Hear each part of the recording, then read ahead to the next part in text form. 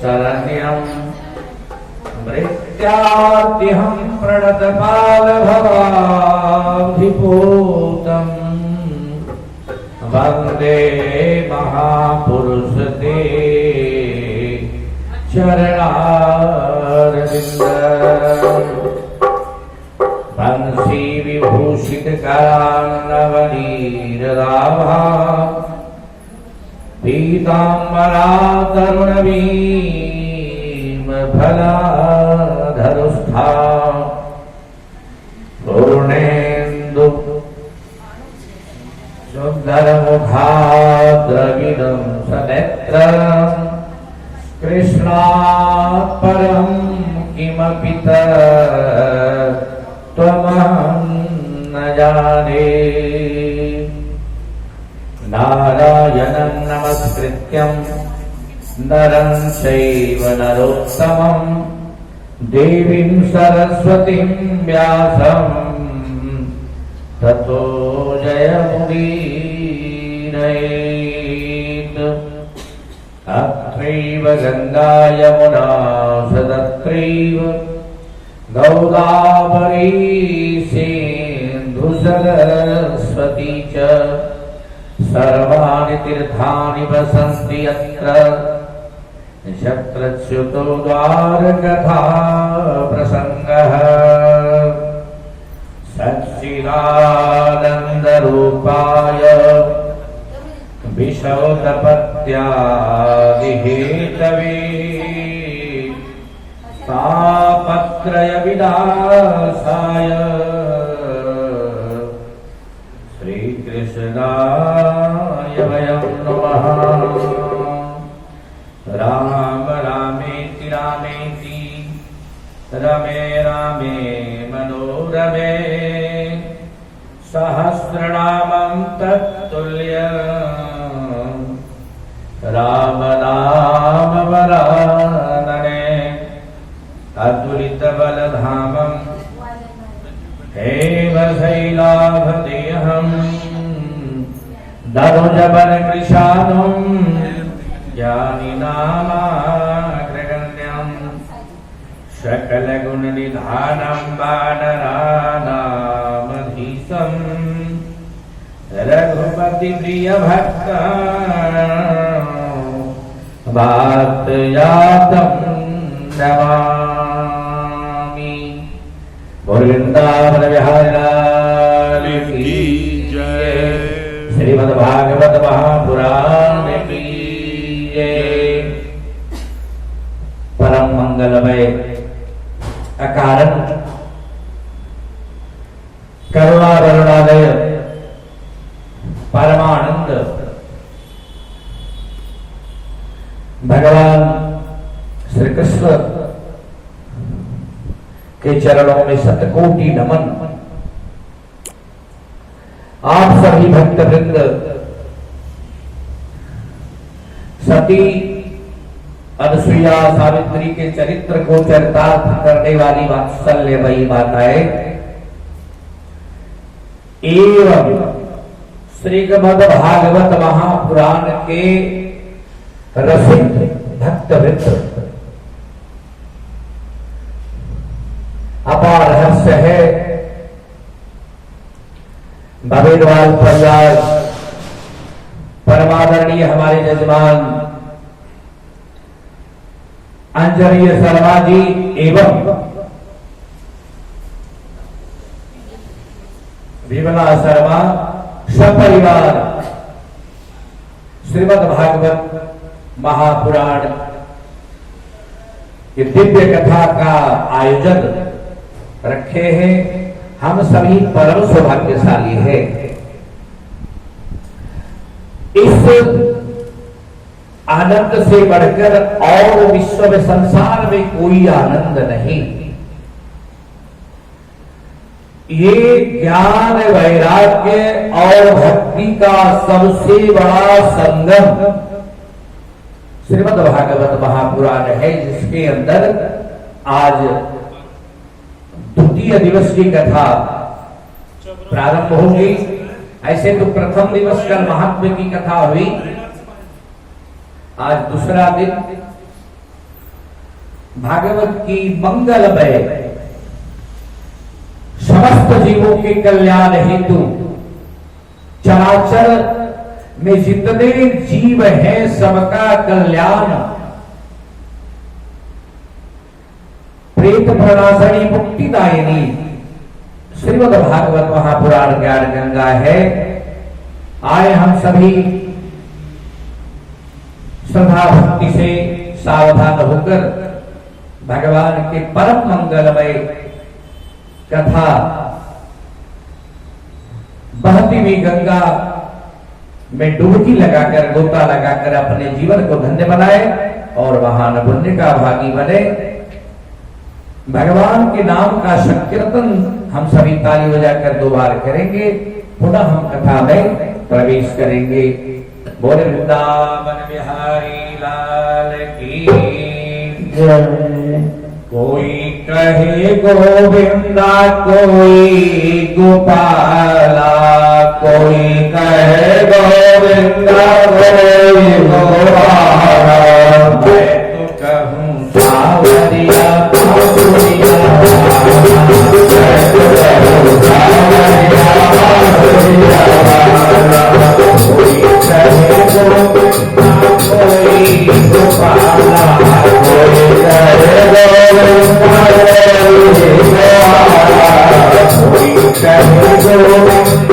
कोई गोपाला, कोई कहे गोविंदा कोई गोपाला, कोई कहे गोविंदा कोई गोपाला, मैं तो कहूँ सावरिया बांसुरिया, मैं तो कहूँ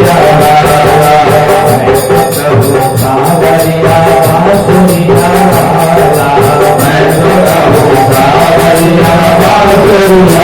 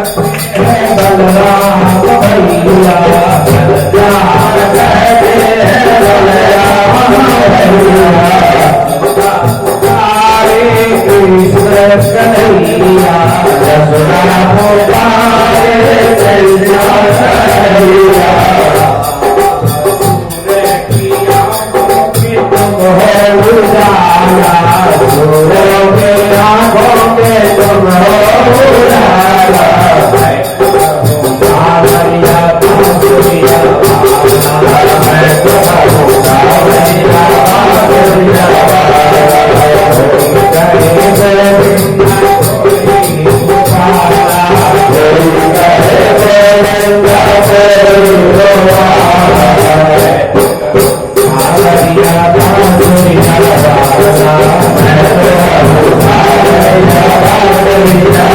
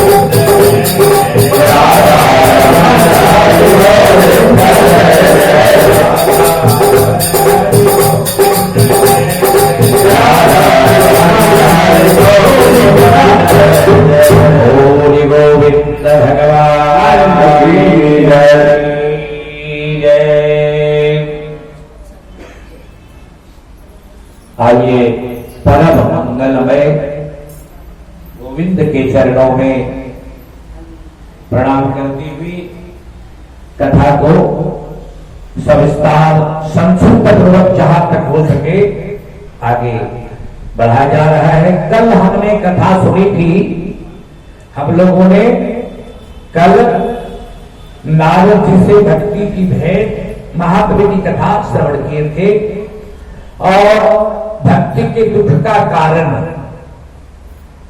और नारद जी के द्वारा उसका निवारण भगवान की दिव्य कथा के मात्र महात्म्य सुनकर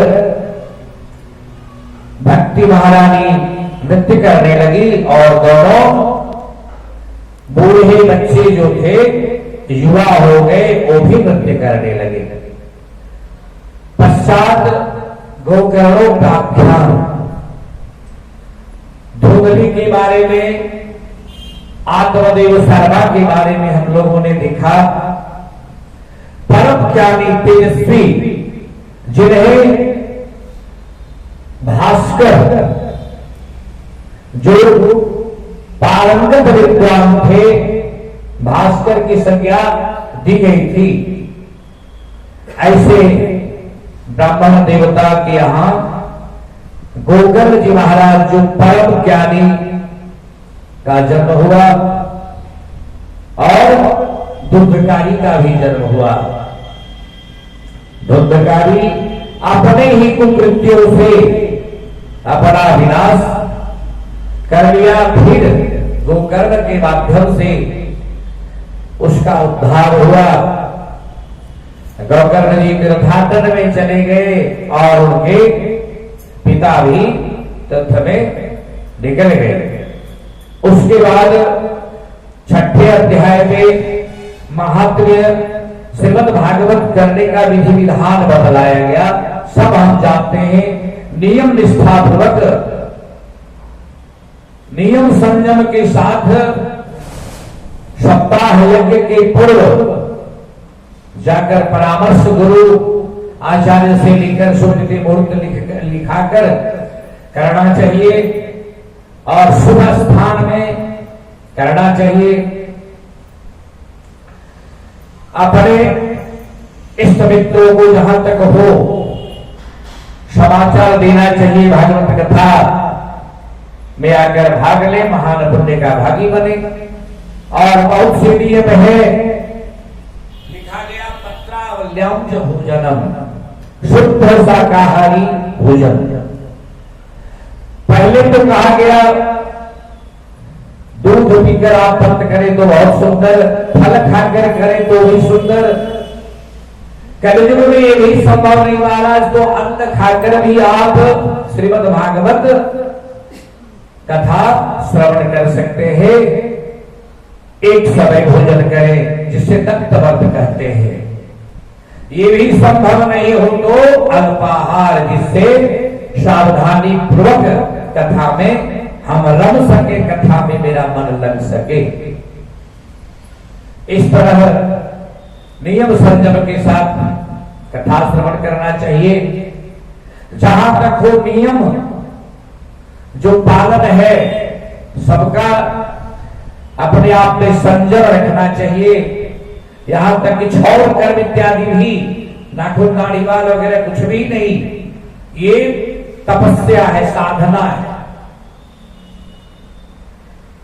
परीक्षित विष्णुरात है और सुखदेव जी महाराज ब्रह्मरात। विष्णुरात जिसको भगवान विष्णु सुदर्शन चक्र लेकर गर्भ में दर्शन दिए, इसलिए विष्णु भक्त हुए। और जिसके चलते जन्म लेने के बाद वो हर किसी में परीक्षा लेते, यही तो भगवान नहीं है जो उनको दर्शन दिए थे। जो गर्भ में ही मात्र अंगूठा इतना बड़ा भगवान रूप धारण किए थे और उदर में प्रवेश, उत्तरा के गर्भ में जाकर असत्थमा जो ब्रह्मास्त्र छोड़ा था कि मैं इस वंश का जो है विनाश कर दूंगा। आगे आप कथा श्रवण करेंगे। तो भगवान रक्षा किए थे। तो उसी भगवान को सब जगह खोजते फिरते हैं, परीक्षण करते हैं। उन्हीं का नाम परीक्षित है, विष्णुरात है। तो परम आनंद मंगल की खोज पूर्ण नहीं करता। जो परमानंद ज्ञान है भगवान श्री कृष्ण परमात्मा, सब कोई खोज करते हैं। यहां तक कथा हम श्रवण कर चुके थे। अब कथा प्रारंभ होती है। सूत जी प्रथम 3 श्लोक में वंदना करते हैं, मंगलाचरण करते हैं। ये प्रथम 3 श्लोक बड़ा उपनिषद सिद्धांत से अवलोकित है, बिल्कुल सिद्धांत से है। ये क्या है आप ध्यान देंगे। जनमादयस्य यतोऽन्वयादितरत सार्थे सदख्यसरात् तेने ब्रह्महृदाचयादि कवये मुह्यन्ति सूरयः तेजो वारिमृदां यथा विनिमयो यत्र त्रिसर्गो मृषा दामना स्वेन सदा निरस्तकुहक सत्यं परं धीमहि। सबसे पहले प्रथम श्लोक से मंगलाचरण करते हैं। ये प्रथम श्लोक जो उपनिषद से है सारगर्भित है। जन्मादयस्य, जन्म आदि, जन्म आदि और अस्य, ये 4 शब्द है इसमें जुड़े हुए। जन्मा, जन्म आदि, अस्य यतो अन्वय, यतः अन्वय अर्थात सत्यम परम धीमहि, केवल सत्य को नमस्कार करते हैं। सत्यम परम धीमहि, ऐसा नहीं कहे कृष्णम परम धीमहि, रामम परम धीमहि, दुर्गाम परम धीमहि। सत्य को नमस्कार किए। किन्हीं देवताओं का नाम 33 कोटि देवताओं में किन्हीं का नाम नहीं लिया गया। सत्य परम धीमहि, सत्य को प्रणाम किया गया, नमस्कार किया गया, सत्य के बारे में बताया गया। सत्यम परम धीमहि। इस श्लोक में व्यास जी ने वंदना की है। इसका अर्थ है जिस परमात्मा से इस जगत, सारा जगत व्याप्त है, जो अभेद्य है, अछेद्य है, निरीह है, अजस्य गृहतो जन्म निरीहस्य हतद्विषः स्वपतो जागरूकस्य यथार्थ वेद कस्तव। ऐसे वेद ने कहा अजस्य गृहतो जन्म। भगवान आजन्मा है, जन्म नहीं लेते। क्या करते हैं? जन्म ग्रहण करते हैं अपने भाव से। विप्रधेनु सरसंतहित लीन मनुजय अवतार निज इच्छा निरमीत तनो माया गुण गोपाल।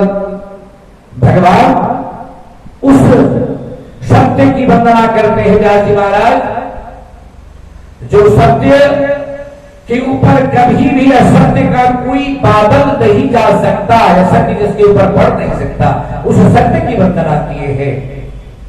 जो अजस्य गृहते जन्म, आजन्मा होकर भी जन्म ग्रहण करते हैं। अजस्य गृहतो जन्म निरीहस्य हतद्विषः है। सगुण रूप भी है, निर्गुण रूप भी है, निराकार ब्रह्म है, सगुण ब्रह्म भी है। जो सर्वत्र में विद्यमान है लेकिन दृश्य नहीं है, अदृश्य शक्ति है। और आगे क्या कहे, जो उत्पत्ति पालन और संहार जिसके मात्र भृगुटी के होने से होती है, जिस परमात्मा की थोड़ी सी संकेत होने पर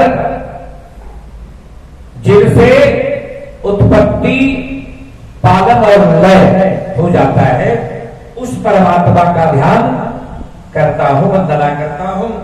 जिस तरह से तिल में तेल रहता है लेकिन दिखाई नहीं पड़ता, जिस तरह से तिल में तेल रहता दिखाई नहीं पड़ता, ठीक उसी तरह कोई ऐसा जगह नहीं जहां भगवान नहीं है लेकिन दृश्य नहीं होते। किसी ने कहा कि भगवान का सब अवतार केवल भारतवर्ष में ही क्यों होता है, विदेशों में क्यों नहीं होता? भगवान का अवतार विदेश में भी होना चाहिए, केवल भारतवर्ष में ही क्यों होता है? तो बड़ा सटीक उत्तर विद्वान लोगों ने दिया।